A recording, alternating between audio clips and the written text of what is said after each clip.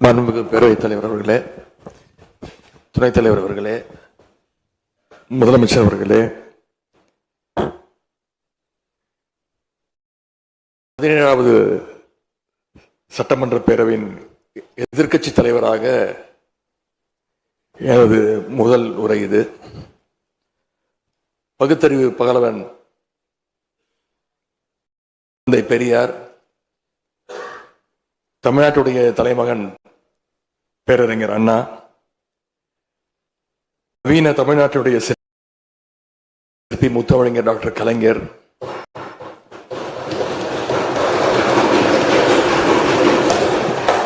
இந்தியாவுக்கே வழிகாட்டிய திராவிட மாடல் ஆட்சியை தந்த திராவிட முன்னேற்ற கழகத்துடைய தலைவர் திரு முத்துவேல் கருணாநிதி ஸ்டாலின் என எங்களுடைய தலைவர்களை எல்லாம் வணங்கி என்னுடைய இந்த உரையை துவங்குகின்றேன். முதல்ல என்னை 2வது முறையாக தேர்ந்தெடுத்து இந்த சட்டமன்றத்திற்கு அனுப்பிய என்னுடைய சேப்பாக்கம் திருவல்லிக்கேணி தொகுதி மக்களுக்கு என்னுடைய நன்றியை நான் இங்கே தெரிவித்துக் கொள்கின்றேன்.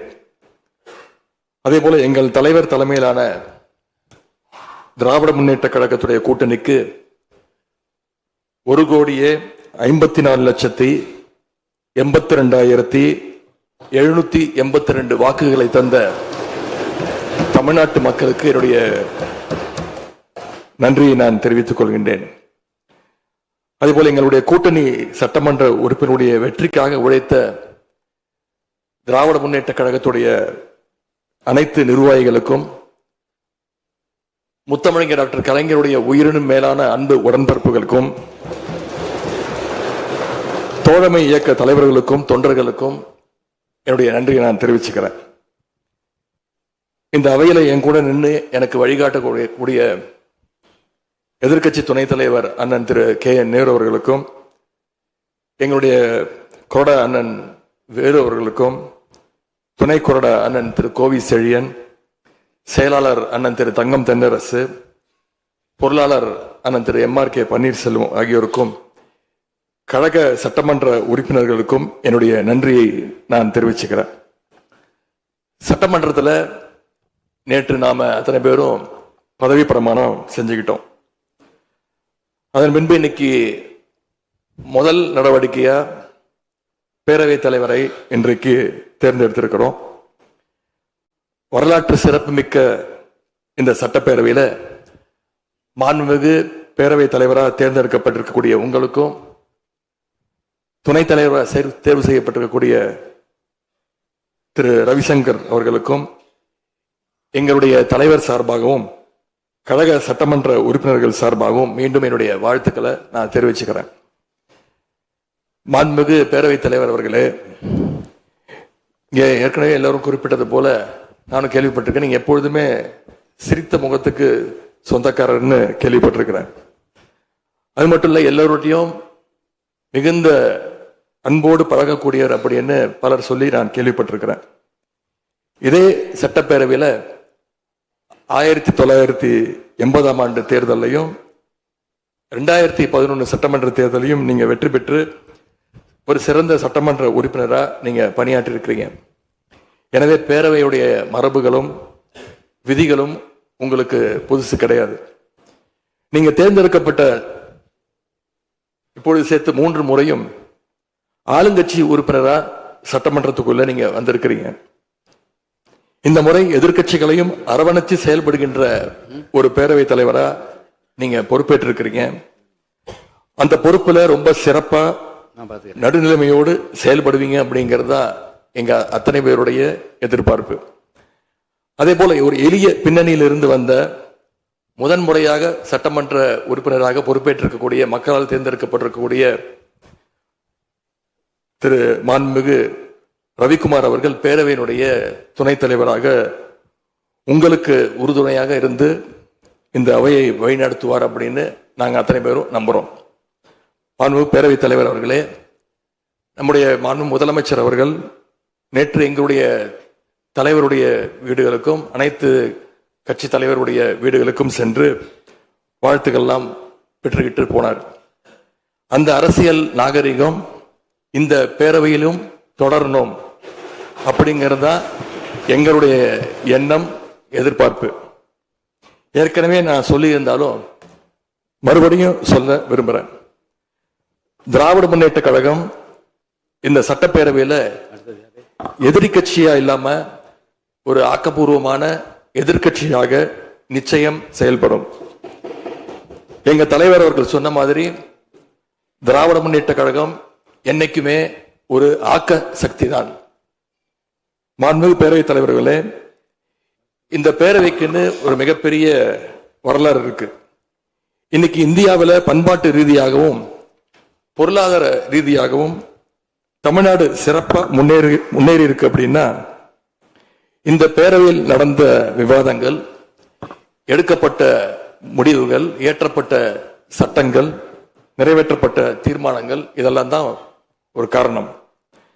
பிற மாநிலங்களுக்கெல்லாம் ஒரு எடுத்துக்காட்டாக வழிகாட்டக்கூடிய வகையில் செயல்பட்டு இந்தியாவையே திரும்பி பார்க்க வச்ச சட்டமன்ற பேரவை இந்த தமிழ்நாட்டு சட்டமன்ற பேரவை. அப்படிப்பட்ட இந்த பேரவையில ஆரோக்கியமான ஆக்கப்பூர்வமான விவாதங்களுக்கு இடம் கொடுத்து ஜனநாயக மாண்புகளுக்கு முக்கியத்துவம் கொடுத்து பேரவைத் தலைவர் அவர்கள் என்றைக்கும் நடுநிலைமையோடு செயல்பட வேண்டும் என்று நாங்கள் அனைவரும் விரும்புகின்றோம். நாம் எங்க ஆளுங்கட்சி எதிர்கட்சி அப்படின்னு எதிர் வரிசையில் உட்கார்ந்திருந்தாலும் தமிழ்நாட்டுடைய வளர்ச்சின்னு வரும்போது நாம் அனைவரும் ஒரே வரிசையில முன் வரிசையில் நின்று உழைக்கணும்னு நான் விரும்புகிறேன். அதைத்தான் தமிழ்நாட்டு மக்களும் எதிர்பார்த்துக்கிட்டு இருக்கிறாங்க, விரும்புறாங்க. திராவிட முன்னேற்ற கழகமும் அதைத்தான் விரும்புது. எங்களுடைய தலைவர் அவர்கள் கடந்த 5 ஆண்டுகள்ல அடிக்கடி சொல்ற ஒரு வார்த்தை, இது எனது அரசு அல்ல நமது அரசு என்று எங்களுடைய தலைவர் அவர்கள் அடிக்கடி சொல்லுவார். அதை நிரூபிச்சும் காட்டியிருக்கிறார்.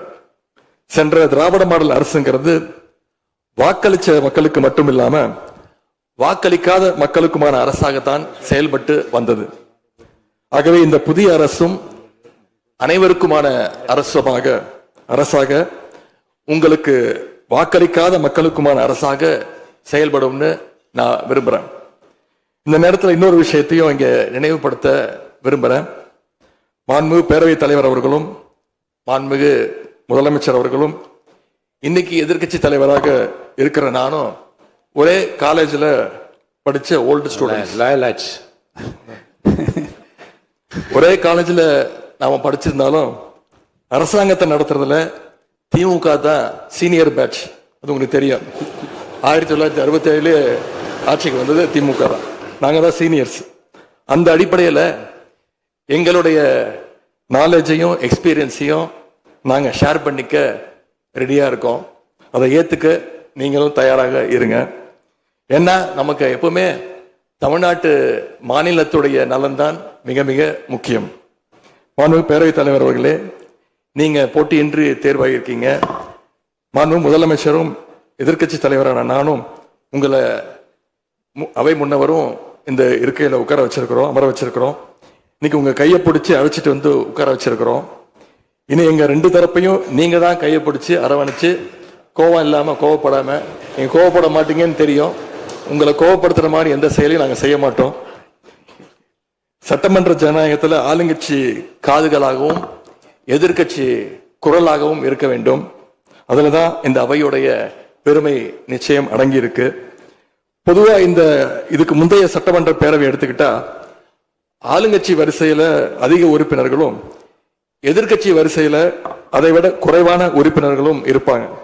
ஆனா இந்த முறை கிட்டத்தட்ட ஆளுங்கட்சிக்கு இணையான எதிர்கட்சி வரிசை வலிமையா இன்னைக்கு அமைஞ்சிருக்கு. அதுதான் இந்த பேரவையுடைய இன்னொரு கூடுதல் சிறப்பு. இதன் மூலமா தமிழ்நாட்டு மக்கள் ஒரு முக்கியமான செய்தியை நமக்கு சொல்லி இருக்கிறாங்க.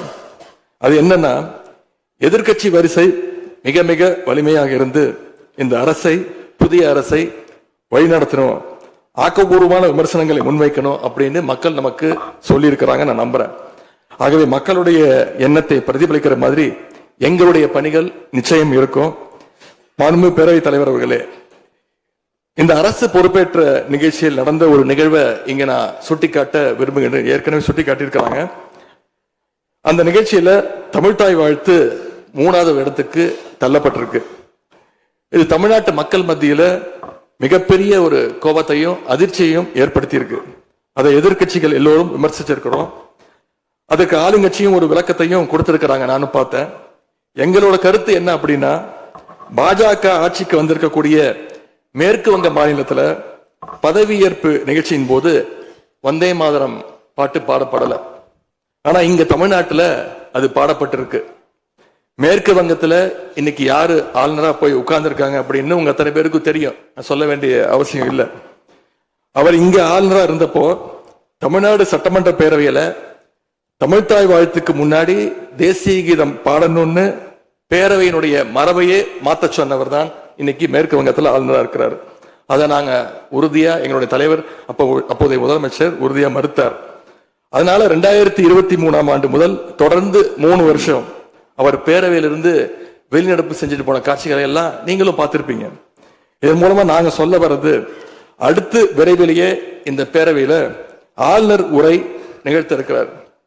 ஆகவே ஏற்கனவே உங்களுடைய அரசனுடைய பதவியேற்பு விழாவில் நடந்த அந்த சம்பவம், அந்த தவறு மீண்டும் இந்த பேரவையில நடப்பதற்கு நீங்க அனுமதிக்க கூடாது, நாங்கள் அனுமதிக்க மாட்டோம். பேரவையில் மட்டுமல்ல, தமிழ்நாட்டில் நடக்கக்கூடிய எந்த நிகழ்ச்சியாக இருந்தாலும் சரி, அரசு நிகழ்ச்சியாக இருந்தாலும் சரி, எந்த நிகழ்ச்சியாக இருந்தாலும் சரி, தமிழ்தாய் வாழ்த்து என்றைக்கும் 2வது இடத்திற்கு நாம தள்ளி போக விடக்கூடாது. இந்த அரசு அதற்கு அனுமதிக்க கூடாது என்று நான் இங்கே கேட்டுக்கொள்கின்றேன்.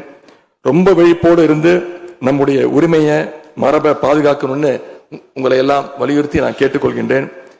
அன்பு பேரவைத் தலைவர் அவர்களே, வண்டிக்கு பிரேக் எப்படியோ, ஒரு காலைக்கு மூக்கனாங்கயிறு எப்படியோ, அப்படிதான் ஆளுங்கட்சிக்கு எதிர்கட்சி அப்படின்னு பேரறிஞர் அண்ணா அவர்கள் நமக்கு சொல்லியிருக்கிறார்.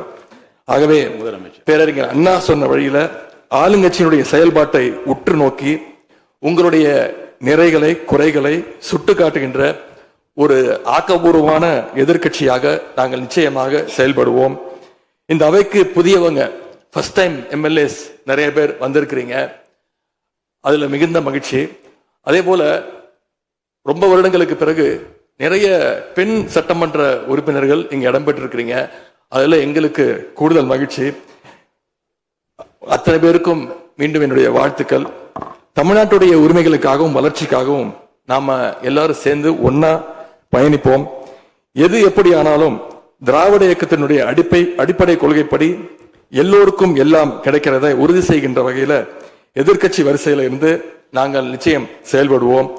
நடந்து முடிந்த தேர்தலில் ஆட்சி அமைப்பதற்கான பெரும்பான்மையை ஆளுங்கட்சிக்கு மக்கள் வழங்காமல் போனாலும் திராவிட முன்னேற்ற கழகத்துடைய தலைமையில் தேர்தலை சந்திச்சு வென்ற தோழமை இயக்க சட்டமன்ற உறுப்பினருடைய ஆதரவோடு ஆட்சி அமைத்திருக்கக்கூடிய புதிய அரசிற்கும் மாண்பு முதலமைச்சர் அவர்களுக்கும் என்னுடைய வாழ்த்துக்களை நான் மீண்டும் தெரிவித்துக் கொள்கின்றேன். மாண்புமிகு பேரவைத் தலைவர் அவர்களுக்கும் பேரவை துணைத் தலைவர் அவர்களுக்கும் என்னுடைய நன்றி. உங்களுடைய பணிகள் சிறக்கட்டும். மீண்டும் என்னுடைய வாழ்த்துக்களை தெரிவித்துக் கொள்கிறேன். நன்றி, வணக்கம். வெல்க தமிழ், வாழ்க தமிழ்நாடு. மக்களை பிரிக்கும் சனாதானம் நிச்சயம் ஒழிக்கப்பட வேண்டும். நன்றி, வணக்கம். மாண்புமிகு முதலமைச்சர் அவர்கள்.